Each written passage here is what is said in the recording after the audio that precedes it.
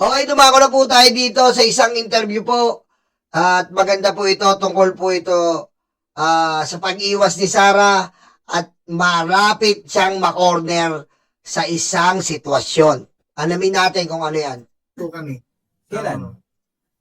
I think sa Monday Kasi si Guanzon hindi kumakasa. So, si Kiko naman, in fairness, di ba dati, I don't know if you followed dati, nung hindi kumasa si Guanzon, nag-post si Kiko Barzaga na willing siya mag-substitute.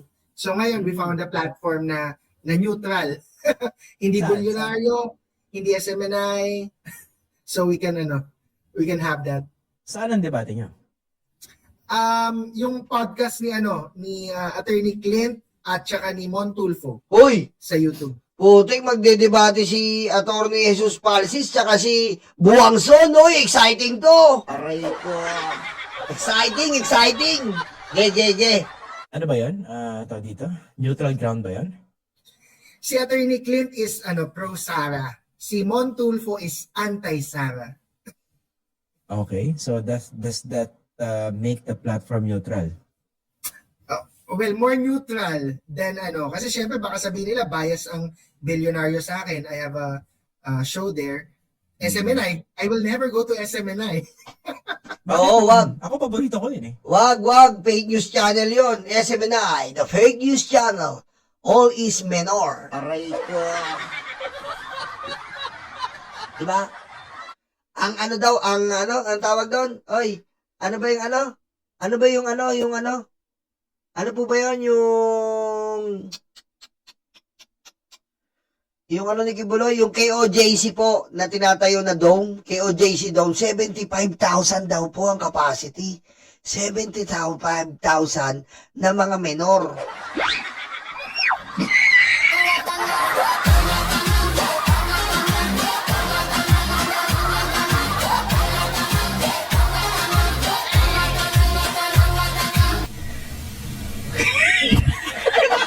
Pero mo 75,000 po na mga minor ang kasya, sabi ni Kibuloy.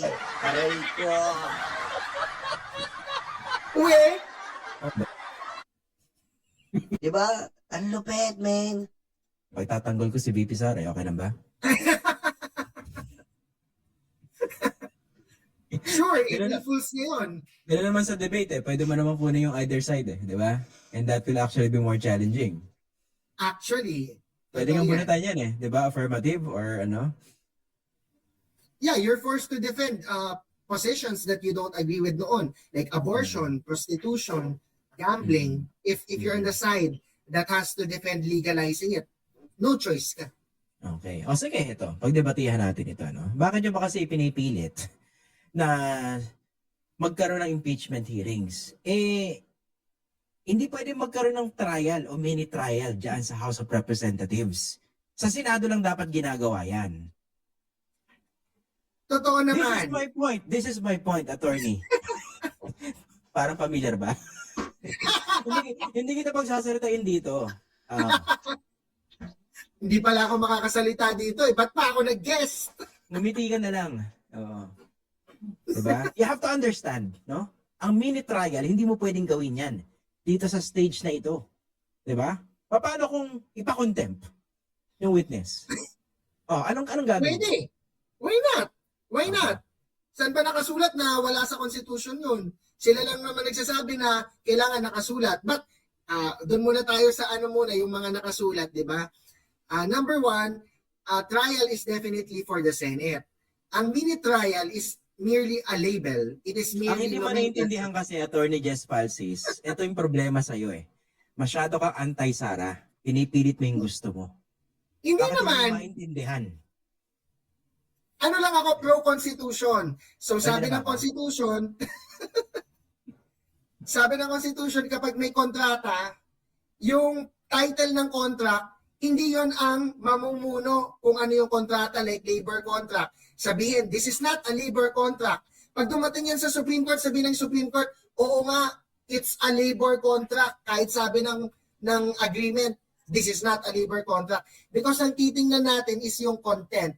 Ang titingnan natin is yung substance. So, napakababaw ng mga tao who say, unconstitutional na yung hearing just because the chairperson uses the word mini trial. Not in the hearing. Ginagamit niya yung word na yon sa interview to help Yes. educate, to help enlighten, to help the layman or yung mga hindi abogado understand na mini. Para siyang trial pero mas maliit ang scope at hindi siya ganun ka-extensive. So, yun ang una nating sagot dyan. Bakit ba gustong-gusto natin mag-hearing ang lower house? Gusto ko sana i-sustain kaso baka talaga hindi ka makapagsalita baka baka Alam nyo, ayan po yung ano eh. Alam nyo, ayan po yung pinapalabas nila ngayon eh. Di ba? Yung mini trial po ay, ang tawag dito, ang mini trial daw po, yan po ay ang tawag dito, taas ng kilay ngayon ng mga DDS. Ano ba naman yan? Anong mini trial ba sinasabi nyo? isa lang natin. Aaron for pointing it out. Baka madala kayo. Ano ba itong Siyempre, pinasok namin? meron tayong bashers sa social media. Ang dami mga nagme-message. Talagang patakot-takot yung kabastusan at pagmumura. Ayan. Saan yun? Ito, isa sa mga nagmumura sa atin, si Isra Zion Sid. Hindi natin alam kung totoong tao ito. No? Siya ganun ka-extensive. Ayan. So, Ah. yun ang una nating sagot dyan. Saan yun? Isa pa, ito, nagmumura si Don Lordan. Saan yun? May sumasagot. Sandali lang po parang minumulto tayo Ano nangyari? Saan yun? Parang minumulto tayo Ang dami Chris. Sandali lang po saan na ba yun? Nawala. Minumulto na tayo dito Dahil lang po Nawala yung ginagawa natin. Ayan na naman. Ayan. Ito pala, ito na. Okay, ito no. Ito seriously. Hanggang kailan ba niya maiiwasan yung pagsagot dyan? No? Kasi Yan, ito yan, seriously, no? Last year, kinwestiyon na yung due process. Wala raw. Hindi na rin na-examine yung mga ebidensya, nasilip kung sino yung mga witnesses, diretso sa Senado. Ngayon, nadidinig nating naratibo sa kanila. Kung talagang malakas yung reklamo nyo, isampan nyo na sa sa Senado. Ang problema, nandun nga yung patakaran, yung impeachment rules sa House Committee on Justice. At doon sa latest ruling ng Supreme Court, sinasabi ron, ito, nakalatag, ito yung susundin nyo. So, the point is, how long if you're Sara Duterte, can you really afford to avoid answering all the serious allegations? Well, obviously, they use double speak. Double speak is when you say one thing but you actually mean another. So, sasabihin nila, they want it in a proper venue, ready sila sumagot, and they're not afraid to confront the evidence. They actually want to cross-examine the witnesses. But the truth is, they never really intend. And when I say they, the lawyers, they're just following kasi syempre the principal. If the principal, VP Sara, doesn't want really to have an impeachment na for an opportunity for the evidence to come out and for her to contradict it because sabi naman nila, they can contradict it and contravene the evidence. I don't think it's really the intention of the principal, si Sara, to have any form of impeachment or avenue for the evidence to come out. So, this is the first try sa lower house. So, we can expect if the Supreme Court doesn't issue a TRO and doesn't decide adversely against the House, they will still try. Kapag transmit ng articles of impeachment to the Senate and before the trial in the Senate starts, doon na magpa-file si VP Sara. Because let's note, si Torion tsaka si Bondo, they're not really the lawyers of VP Sara. And sa atin, ang magandang, for me, yung magandang development for me, for a person like me who wants Sara to be impeached, hindi nag-issue ng TRO ang Supreme Court nung Monday, kahapon, at ngayon, before mag-Holy Week. Because, the Supreme Court can act quickly naman And if they thought that there was a basis to issue a TRO, I think they would already have. So ako personally, I find it unlikely na mag-i-issue sila ng TRO next week or in the weeks to come, especially when hilaw pa talaga yung petition. Tama. Wala pang makikitang grave abuse kasi ang pinaka-basis ng Torion petition, 3. One is yung double standards in handling the BBM impeachment versus Sara, allegedly. Second is yung issuances of subpoenas is outside of the power daw of the committee. And then third, ito nga parang mini trial, it's a power by the Senate, not a power by the House. Yung sa double standards kasi ano yun eh, that's a political question. Can the justices really say there were double standards? Eh, ano na yan, that goes into the heart or to the merits of impeachment. If congressmen did not believe there was sufficiency in Tsaka nagpapanggap pa po si Sara and Friends. Nagpapanggap po si Sara na kunyari hindi niya alam. Salamat nga pala sa mga concern ng mga abogado dahil nagpal kayo ng TRO. Salamat. Aray ko. Kunyari pa. Kunyari pa si Sara. Kunyari hindi niya pa alam yung pilitoryo na kanyang Jimmy Bondok. Huwag kami, oy. Aray ko. Kilala ka namin. Impacta ka. Yung blood bath, ginawa mong blood borat. Aray ko. Or substance of the BBM complaint, there is no way to penetrate or to pierce that discretion. Ano yun eh, power talaga ng House yan to decide to vote whether or not lulusot yung impeachment or not.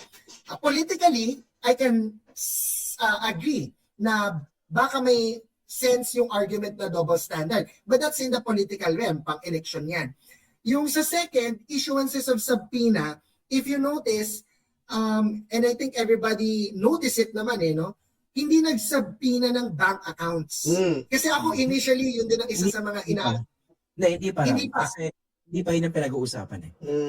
Correct. No, pero nagkaroon ng movement or shift si Terry Ridon and a few other congressmen, if I'm correct, parang ang naririnig ko sa kanila way before is they were willing to subpoena bank records. Yun ang dating sa akin before that day. Ano dyan? May sagot dyan. Nung nakausap ko si Congresswoman Luistro, Ang sabi?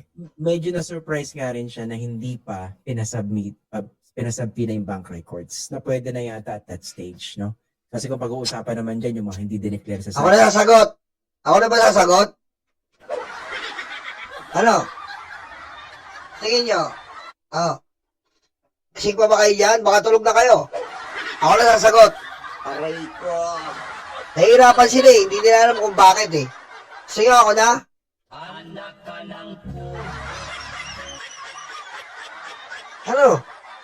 Ano? Tingin nyo. Ako na ba? Makatulog na kayo dyan. Sige ako na. Okay, Sir Sherwin at sa mga nandyan. Bakit hindi pa nag-isapina ng bank account? Kasi ganito yan. Explain ko di ba Mami Chris Rose? Kasi yan. Kasi nga po, sa April 14, doon pa lang po, haharap yung tropa ko. Pagharap ng tropa ko bilang witness, ipapakita niya yung aligasyon niya. Pag pinakita ng tropa ko yon, maugulat lahat.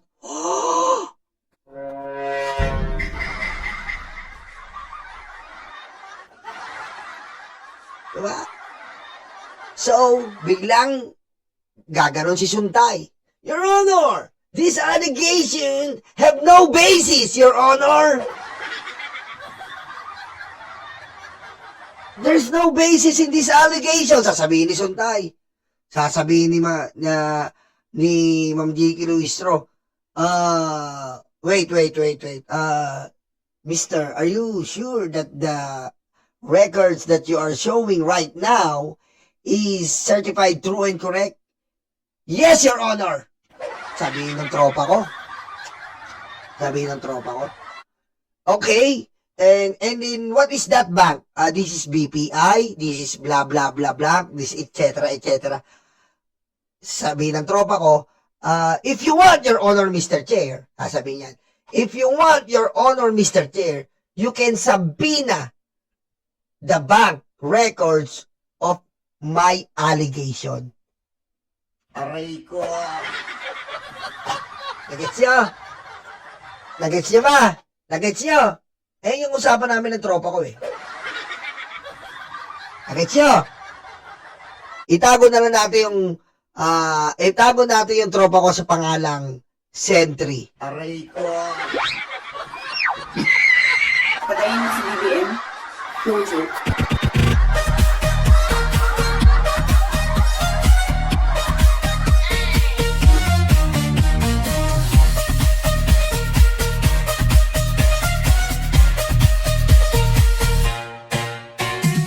Di ba?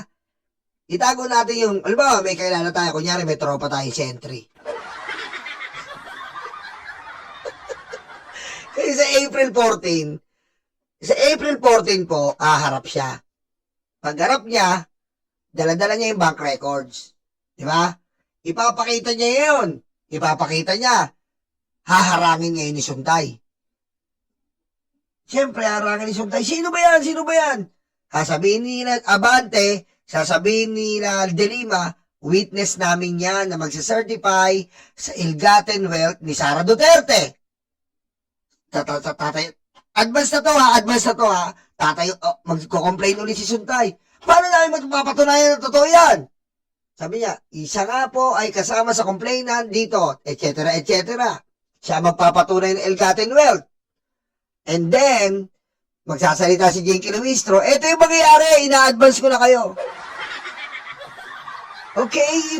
Okay, kung siya ang witness, ano ba ang dala-dala mo dito, Mr. Sentry? Dala-dala ko po dito, ang umaapaw na kayamanan ni Sara Duterte.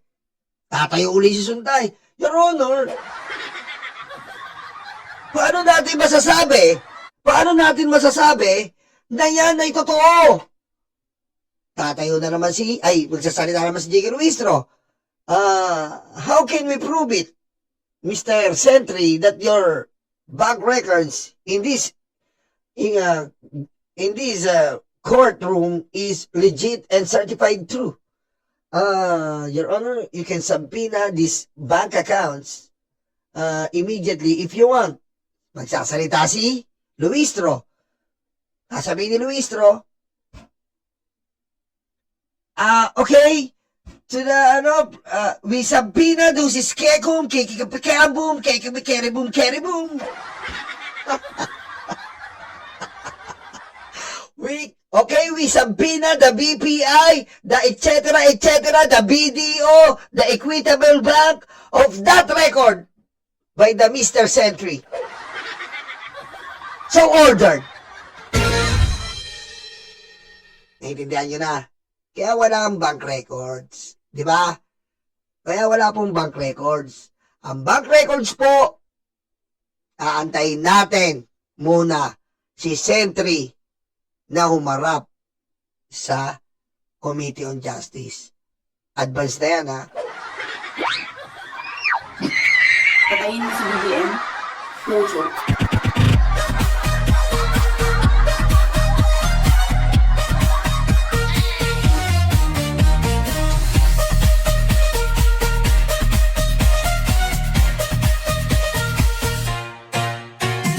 Kasi po, pag ginawa ni Luistro, pag ginawa po ng congressman na ipagsabi na kagad ang bank account nang wala pa pong sobrang legit basis, di ba? Wala pang basis, di ba? Magkakaroon po ng questionable dyan. Maaari pong sabihin ay talagang pamumulitika. Ngayon, kailangan muna magpakita ni Senator Trillanes ng mga bank accounts na i-allege niya para magkaroon po ng subpoena ang Committee on Justice doon sa ina-allege ni Senator Trillanes. Mas safe po ang Committee on Justice doon. Pangit naman po kasi na nagkasabina na sila nang wala pa silang pinapakita na basis na bintang sa complaint sa ill-gotten wealth. Kailangan po ipakita muna kung bakit inaakusahan si Sara ng ill-gotten wealth. Doon muna. Para safe at hindi sabihin fishing expedition. Okay? Naintindihan nyo na ngayon? Okay? Tama, mali? Aray ko. So, Yan po yung sampina. At ang sampina po ng bank account, napakadali lang po yan. Doon dumaan po tayo kay Estrada, napakabilis po. Napakabilis. Limuel, huwag mo nang ulitin. Alas 4 na, hayop ka. Alas 4 na. Good Friday pa. Ikaw bad ka eh. Aray ko. Thank you, Sir Sherwin. Kasi nga, kapag sinampinan nila yon, fishing expedition ang ibibintang sa kanila yan. Oh, sinampinan na oh. Wala namang basihan. Sinampinan na oh. Sinampinan na oh. Oh. Di ba? Walang basihan. Oh, ngayon, kailangan muna nila ni Senator Trillanes ipakita yung bangko. Ipapakita ko po to. Harangin ni Suntayan. Wait, Your Honor, Mr. Chair. How can we say? Paano natin masasabing totoo yung sinasabi niyan? Sasabihin ni Suntay. Mahal na mahal ko si Sara Duterte. Mahal na mahal ko po si Sara Duterte. Paano nyo masasabi na yan ay totoong binibintang niya na nasa loob ng bangko niya ni Digong? Mahal na mahal ko si Sara. Sabihin ni Suntay. Mahal na mahal ko si Sara. Nung nakita kami sa Shangri-La, nag-init ako.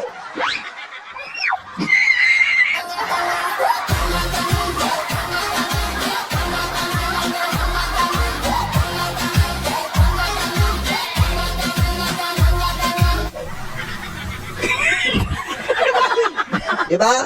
Oh. Ngayon, harangin ni Suntay yan. Pag harang ni Suntay, sabihin ni Luistro, Mr. Sentry, paano yung po na-access yan? Ito po ay matagal ko nang hawak-hawak at nakuha ko po to sa mga bangko bago pa man po pigilan ng bangko, bago pa man pigilan ng mga Duterte ang bangko, bago pa man po pigilan ni Martires, Ombudsman Martires, ang bangko, nakipag-usap po ako kay, hindi ko na pwede sabihin yung kinausap niya. Nakuha ko po to. Ganun po ba? Paano namin malalaman na yan ay totoo? Kung gusto nyo po, Your Honor, sasabihin ni Sentry. Kung gusto nyo po, Ma'am Luistro, Your Honor, Mr. Chair, isapasampinan nyo po sa bangko para po magkaroon ng comparison. Ang aking records sa bank history ng mismong bangko. Okay? I order in this Committee on Justice Sabina at Stepikapakambum Askerekerebum the bank records of Sara Duterte and Rodrigo Roa Duterte to be given in this impeachment proceeding. So ordered. Any second demotion? Aray ko. Any? Aray ko. Yan malinaw yan. Kaya kung ako sa inyo, mag-like kayo. Kasi pag hindi kayo like, dagdag kulubot yan. Alam nyo na ha. O, yan. Malinaw yan ha. So, kung malinaw yan, mag-like kayo.